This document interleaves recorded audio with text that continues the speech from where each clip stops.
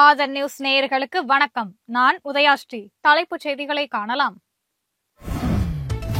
மத்திய அரசின் வக்ஃபு வாரிய சட்ட திருத்தத்தை எதிர்த்து உச்சநீதிமன்றத்தில் வழக்கு தொடரப்படும். சட்டப்பேரவையில் முதல்வர் ஸ்டாலின் தகவல். மத்திய அரசின் வக்ஃபு வாரிய சட்ட திருத்த மசோதாவை ஆதரிக்கவில்லை. பாமக நிறுவனர் டாக்டர் ராமதாஸ் திட்டவட்டம்.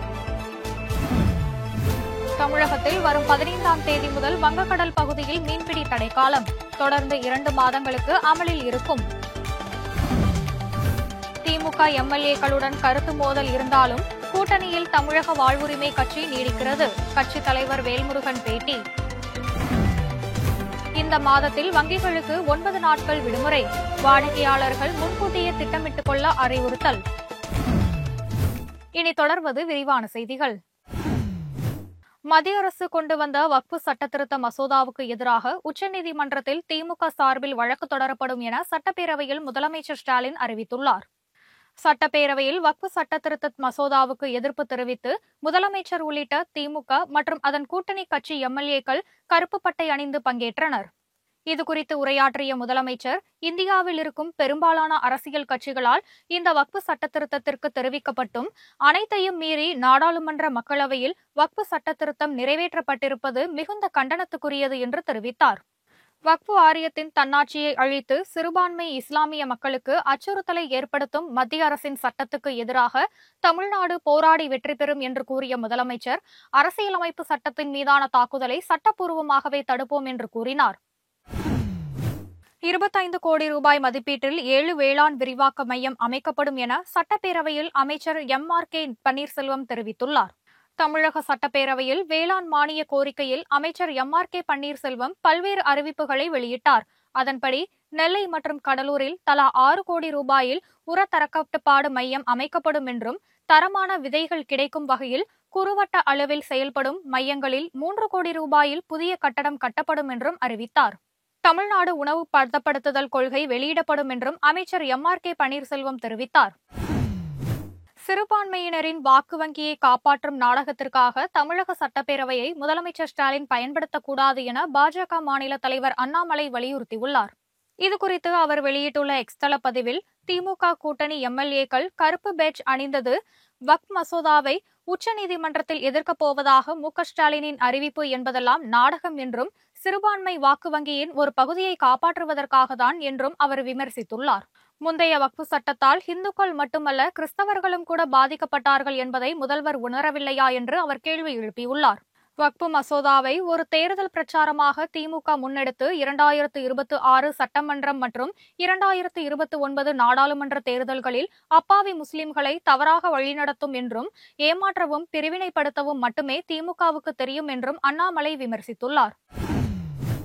மத்திய அரசு எந்த திட்டம் கொண்டு வந்தாலும் திமுக எதிர்க்கிறது என்றும், சட்டப்பேரவையில் ஆளும் கட்சியினரே கருப்பு பேட்ஜ் அணிந்து வருவது தேவையற்றது என்றும் பாஜக எம்எல்ஏ நயினார் நாகேந்திரன் கூறியுள்ளார். சட்டப்பேரவையில் வக்ஃபு வாரிய சட்டத்திருத்த மசோதா குறித்த விவாதத்திற்கு எதிர்ப்பு தெரிவித்து பாஜக எம்எல்ஏக்கள் வெளிநடப்பு செய்தனர். பின்னர் சட்டசபை வளாகத்தில் செய்தியாளர்களுக்கு பேட்டியளித்த அக்கட்சியின் எம்எல்ஏ நயினார் நாகேந்திரன், மத்திய அரசு எந்த திட்டம் கொண்டு வந்தாலும் சட்டமன்றத்தில் தீர்மானம் போடுகின்றனர் என்றும், இஸ்லாமியர்களுக்கும் கிறிஸ்தவர்களுக்கும் மத்திய அரசு எதிரானவர்கள் என்பது போல மாயை தோற்றத்தை உருவாக்கிக் கொண்டு இருக்கிறார்கள் என்றும் தெரிவித்தார். முதலமைச்சர்தான் எல்லோருக்கும் நீதி வழங்க வேண்டும். ஆனால் வக்ஃபு சட்டத்திற்கு எதிராக முதலமைச்சரே நீதிமன்றத்திற்கு போனால் நாம் என்ன செய்வது என நயினார் நாகேந்திரன் கூறினார். சிறுபான்மை மக்கள் மீது போர் தொடுக்கும் வகையில் நள்ளிரவில் வக்ஃபு வாரிய சட்டத்திருத்த மசோதாவை நாடாளுமன்ற மக்களவையில் பாஜக அரசு நிறைவேற்றியுள்ளதாக விசிக எம்எல்ஏ ஆளுநர் ஷனவாஸ் கண்டனம் தெரிவித்துள்ளார். சிறுபான்மை மக்கள் மீது போர் தொடுக்கும் வகையில் நள்ளிரவில் வக்ஃபு வாரிய சட்டத்திருத்த மசோதாவை நாடாளுமன்ற மக்களவையில் பாஜக அரசு நிறைவேற்றியுள்ளதாக விசிக எம்எல்ஏ ஆளுநர் ஷானவாஸ் கண்டனம் தெரிவித்துள்ளார். சட்டப்பேரவை வளாகத்தில் செய்தியாளர்களுக்கு பேட்டியளித்த ஆளுநர் ஷானவாஸ், சட்டப்பேரவையில் நிறைவேற்றப்பட்ட வக்ஃபு வாரிய சட்டத்திருத்த மசோதாவிற்கு எதிரான தீர்மானத்தில் பாஜக தவிர்த்து அனைத்து கட்சிகளும் ஒன்றிணைந்து எதிர்வினையாற்றியதாக கூறினார். முஸ்லிம்கள் நலனுக்காக துரும்பை கூட அசைக்காத பாஜக அரசு முஸ்லிம்களுக்காக சட்டம் கொண்டு வருவேன் என கூறுவது வேடிக்கையாக இருக்கிறது என்று விமர்சித்தார். தமிழ்நாட்டில் கோயில் சொத்து தொடர்பான ஆக்கிரமிப்புகளை இந்து சமய அறநிலையத்துறை எப்படி மீட்கிறதோ அதுபோன்று வக்ஃபு வாரிய சொத்துக்களை மீட்க வேண்டுமே தவிர வக்ஃபு வாரிய சட்டத்தில் திருத்தம் மேற்கொள்வது ஜனநாயகத்திற்கு வினோதமானது என்றும் ஆளூர் ஷானவாஸ் குற்றம் சாட்டினார். தமிழக சட்டப்பேரவையில் திமுக எம்எல்ஏக்களுக்கும் தனக்கும் கருத்து முரண்பாடுகள் இருந்தாலும் தற்போது வரை திமுக கூட்டணியில் தொடர்வதாக தமிழக வாழ்வுரிமை கட்சித் தலைவர் வேல்முருகன் தெரிவித்துள்ளார். அக்கட்சியின் மாநில செயற்குழு கூட்டம் சென்னையில் நடைபெற்றது. இந்த கூட்டத்துக்கு மத்தியில் செய்தியாளர்களுக்கு பேட்டியளித்த அவர், தமிழகத்தில் அண்மை காலமாக நடைபெற்ற போலீஸ் என்கவுண்டர் சம்பவங்களுக்கான காரணங்கள் நம்பத்தகுந்ததாக இல்லை என்றாலும் இந்த நடவடிக்கையை வரவேற்பதாக கூறினார். வட மாநிலங்களில் இருந்து வேலை தேடி தமிழகம் வரும் நபர்கள் மூலம் தான் போதைப் பொருள் புழக்கம் அதிகரித்துள்ளது என்றும் அவர் கூறினார். சட்டப்பேரவையில் தமக்கும் திமுக உறுப்பினர்களுக்கும் சில கருத்து மோதல்கள் இருந்தாலும் அந்த கூட்டணியில் தாங்கள் தொடர்ந்து நீடிப்பதாகவும் வேல்முருகன் தெரிவித்தார். மத்திய அரசின் வக்ஃபு வாரிய சட்டத்திருத்த மசோதாவை ஆதரிக்கவில்லை என்றும் இஸ்லாமியர்களின் சொத்துக்களை அவர்களேதான் நிர்வகிக்க வேண்டும் என்பதுதான் பாமகவின் நிலைப்பாடு என்றும் அக்கட்சியின் நிறுவனர் ராமதாஸ் தெரிவித்துள்ளார். விழுப்புரம் மாவட்டம் தைலாபுரத்தில் செய்தியாளர்களுக்கு பேட்டியளித்த ராமதாஸ், வக்ஃபு வாரிய சட்ட திருத்தத்தை கைவிட வேண்டும் என சட்டமன்றத்தில் கொண்டு வந்த தீர்மானத்தை பாமக உறுப்பினர்கள் ஆதரித்துள்ளதாகவும் வக்ஃபு வாரிய சட்ட திருத்தத்தை கண்டித்து முதல்வர் ஸ்டாலின் உச்சநீதிமன்றத்தில் வழக்கு தொடர உள்ளதாக தெரிவித்ததை வரவேற்பதாகவும் கூறினார்.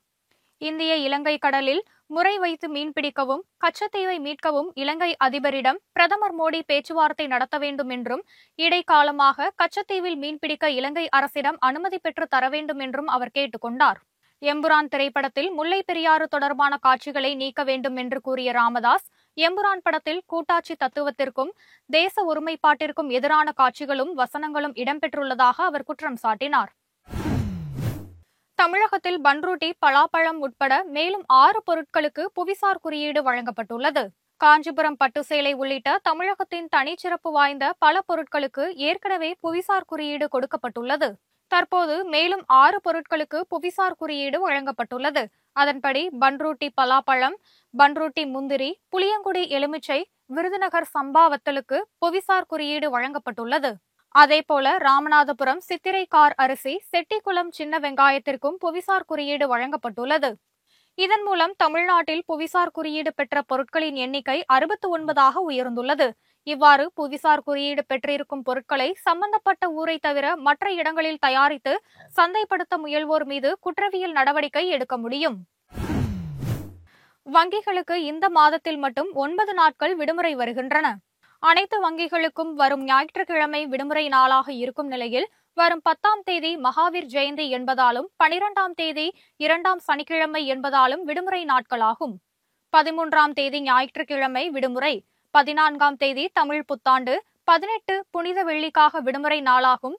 20ஆம் தேதி ஞாயிற்றுக்கிழமை விடுமுறை, வரும் 26 மற்றும் 27ஆம் தேதிகள் சனிக்கிழமை, ஞாயிற்றுக்கிழமை விடுமுறை என மொத்தம் 9 நாட்கள் விடுமுறை நாட்களாகும்.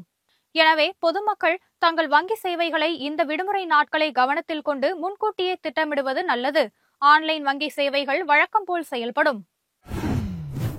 தமிழகத்தில் வரும் 15ஆம் தேதி முதல் வங்கக்கடல் பகுதியில் மீனவர்களுக்கு மீன்பிடிக்க தடை விதிக்கப்பட்டுள்ளது. ஆழ்கடலில் மீன்கள் இனப்பெருக்கம் செய்யும் காரணமாக வரும் 15ஆம் தேதி முதல் ஜூன் மாதம் 15ஆம் தேதி வரை 61 நாட்கள் தமிழகத்தின் கிழக்கு கடற்கரை பகுதியான வங்கக்கடலில் விசைப்படகுகளில் மீன்பிடிக்க தடை விதிக்கப்பட்டுள்ளது. இதனால் தமிழக கடலோர மீன்பிடி துறைமுகங்களில் உள்ள 10,000 விசைப்படகுகள் மீன்பிடிக்க கடலுக்குள் செல்லாது. கன்னியாகுமரி மாவட்டம் சின்னமுட்டம் மீன்பிடி துறைமுகத்தில் இருந்து செல்லும் 350க்கும் மேற்பட்ட விசைப்படகுகளுக்கும் இந்த தடை அமலாகும் என்று அறிவிக்கப்பட்டுள்ளது. இத்துடன் இந்த செய்திகள் நிறைவடைகின்றன. செய்திகளை உடனுக்குடன் தெரிந்து கொள்ள இணைந்திருங்கள் ஆதனுடன்.